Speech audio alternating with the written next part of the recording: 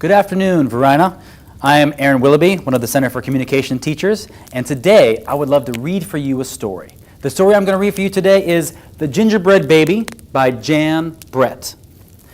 I'm going to dedicate this reading to my son James, who maybe is watching right now, but if not, one day he'll enjoy this book. So let's read The Gingerbread Baby by Jan Brett.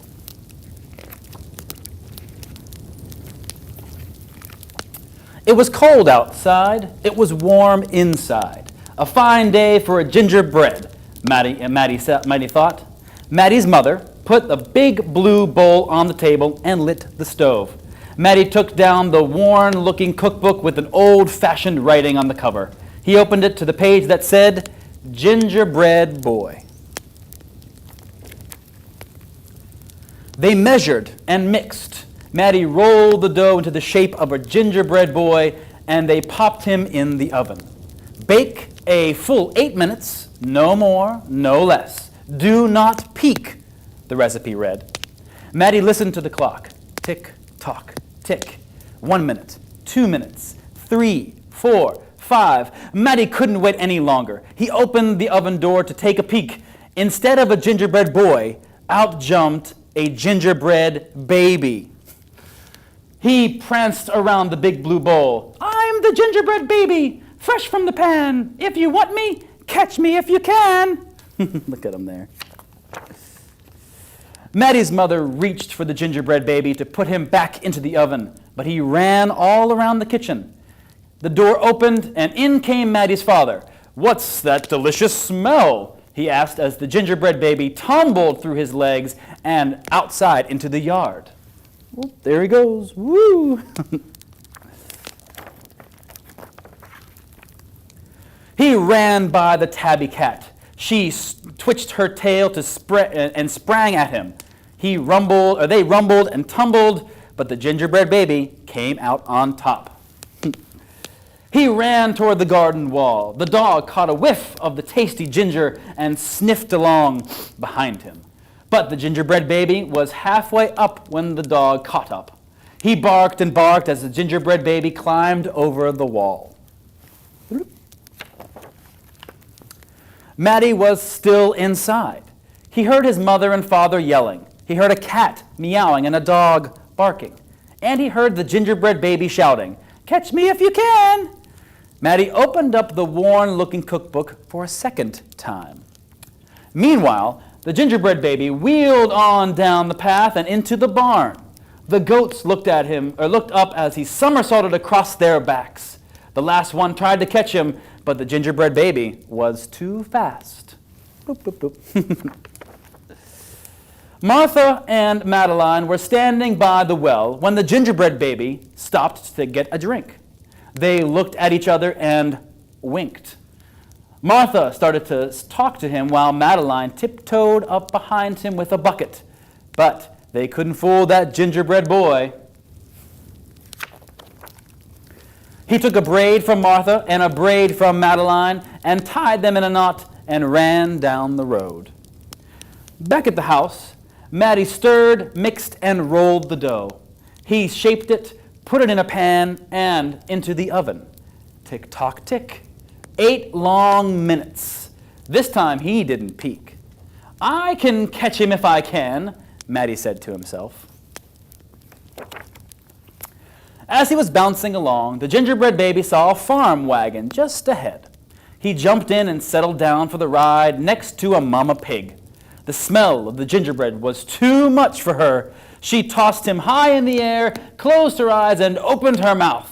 But the gingerbread baby twisted in the air and came down hard on her porky snout. Landed right there. I am the gingerbread baby, too quick for the mother and the father, too fast for the cat, the dog, the goats, too clever for Martha and Madeline, too smart for the mama pig. Who's left? Catch me if you can.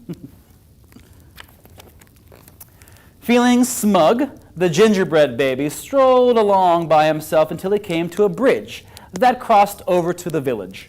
Just as he got to the middle, he heard running feet behind him and saw a crowd of villagers ahead of him. The gingerbread baby was trapped.